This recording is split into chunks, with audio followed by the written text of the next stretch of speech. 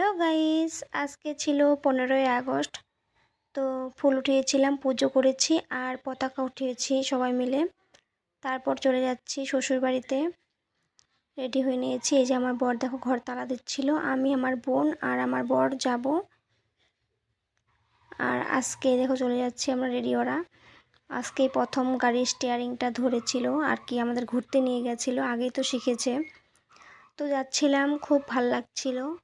পাশে বসে ঘুরতে যাচ্ছি, ওর পাশে বসে। তো দেখতে থাকো ব্লগটা, ভালোই লাগবে সবার।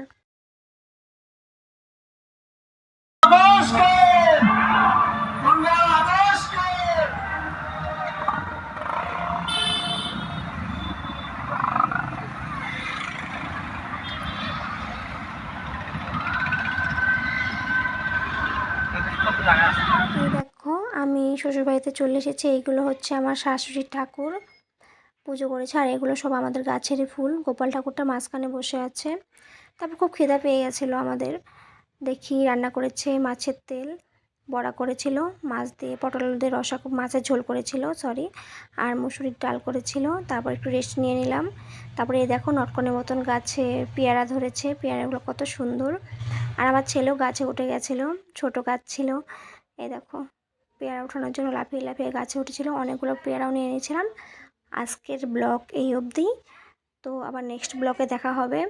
সবাই কমেন্ট করো, শেয়ার করো। তো আজকে টাটা, আজকে এই অবধি।